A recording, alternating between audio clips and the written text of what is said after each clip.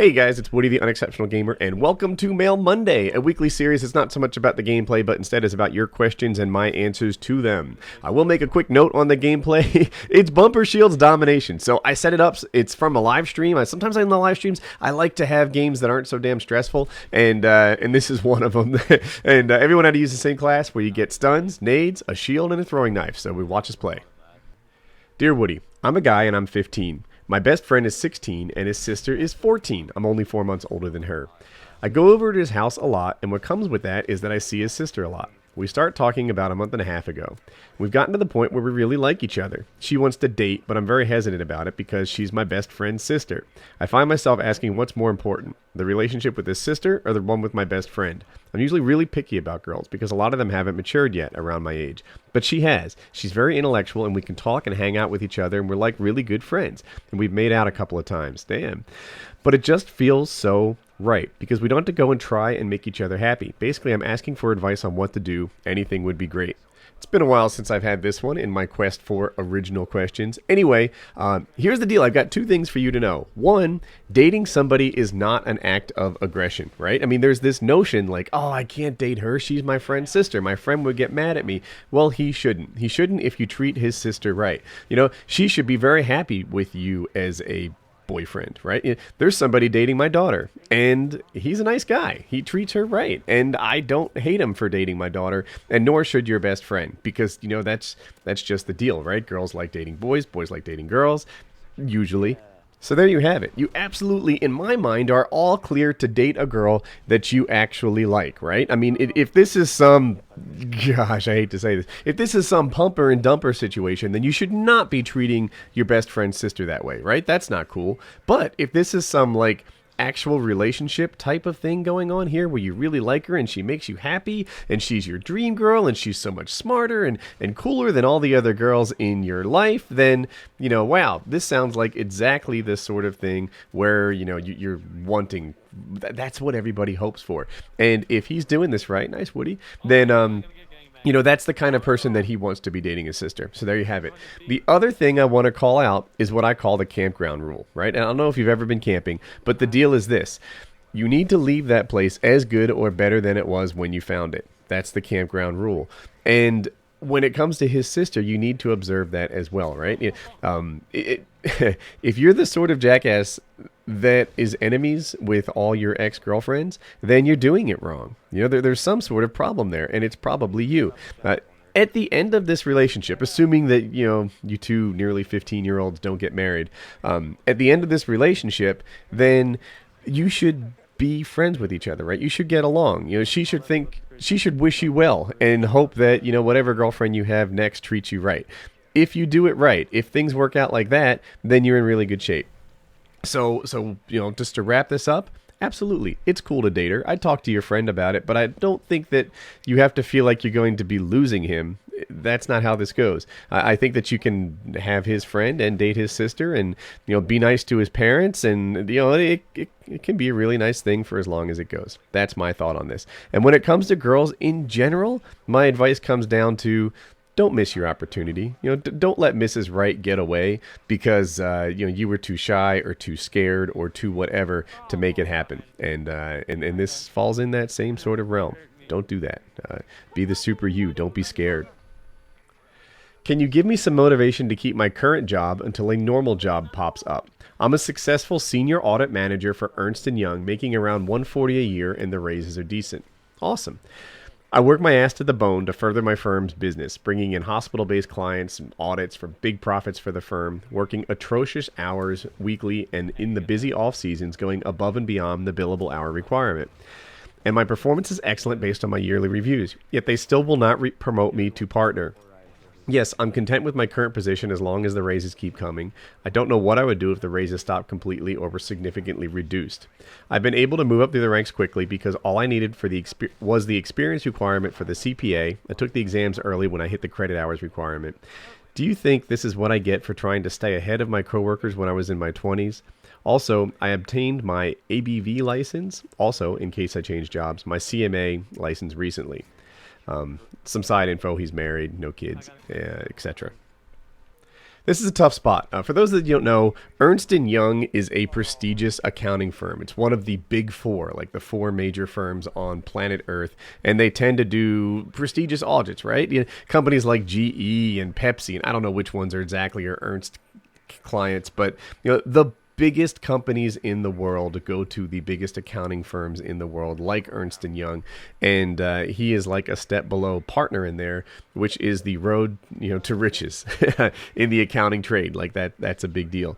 The thing is, it's not the only road to riches. You sound like a go-getter, a pretty sharp guy, and I'm worried that somehow this accounting firm has corrupted your mind to make you think that it's the only place that you can work. I don't know. Maybe I'm getting that all wrong. It's hard to be sure. I only killed one guy with that, but it's this vibe that I'm getting from you, and that's not the case, right? There are controller jobs, there are CFO jobs, there are big companies, there are small companies. It is not an impossible task for somebody with your skill set to get another gig that pays 140 in no time at all, right? That's a totally reasonable thing.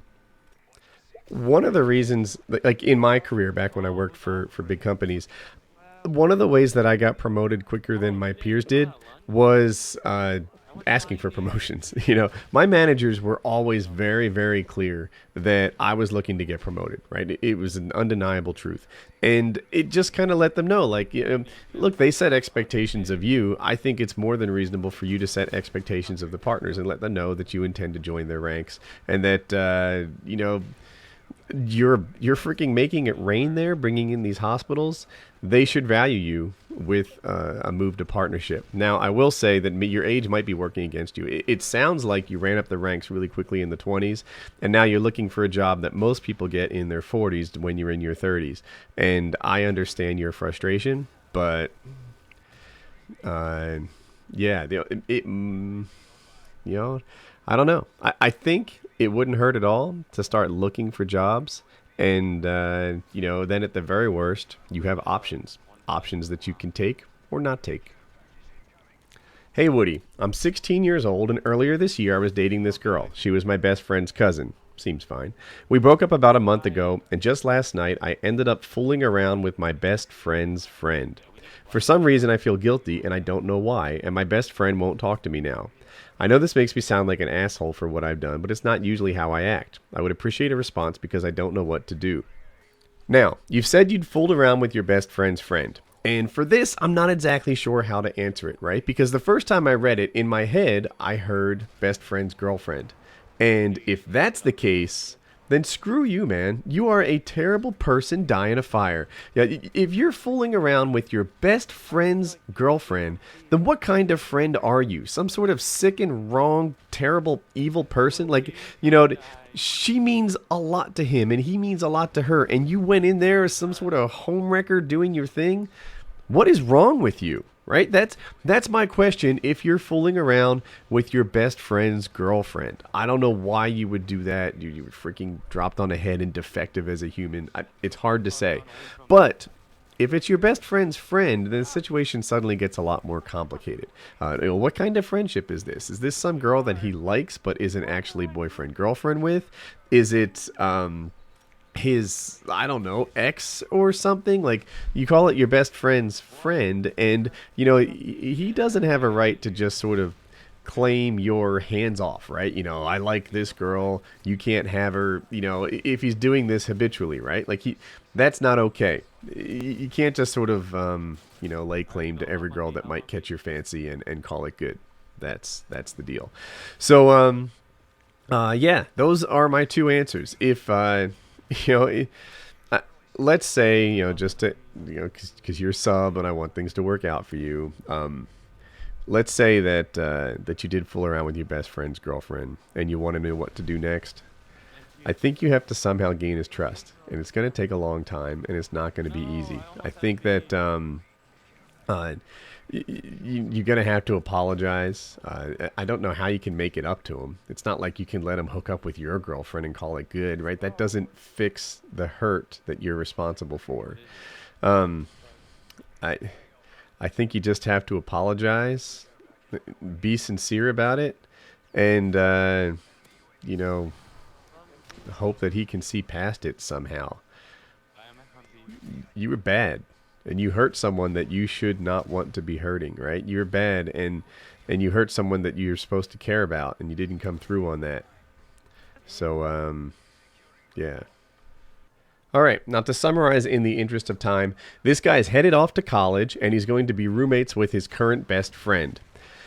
His current best friend is a bit of a pig compared to him because he keeps a tidy room and his best friend doesn't. And now he's worried, should I be concerned? Because the room he keeps now is constantly messy. Is he going to be able to do that in college? Yep, I'd be concerned. I bet he's going to be messy in college, but that's not the end of the world. I think you guys can get along, even if maybe you clean up a little more, or he keeps his mess confined to some area that doesn't get in your way. That'll be all right. The one thing I do want to tell you though is don't forget to open doors to new friends. If you and your best friend are happy with your own little social group and it never expands beyond the two because you have a built-in friend as you head off to college, you're going to miss a lot of the college experience. Be sure to make new friends as soon as you get there. If you like this video, be sure to give it a like or a like and a favorite if you really liked it and you want to help me out. 2 videos you'd be interested in. The top one is the Black Ops 2 information reveal. It is the most significant Black Ops 2 information reveal I've seen on any of the videos on YouTube so far. I've got it, the number 1, the best information reveal video so far. So that's going up later today. You can check it out. The bottom one is my microwave experiments playlist. I've been doing this thing where I put wacky things in microwaves. The one you're watching right now, I put like shotgun shells and ammunition in a microwave and see what happens. So that'll take you to all those videos and you can check them out. They're a lot of fun, and have a nice day. Subscribe in the top right if you like my videos, and that'll do it. Now have a nice day.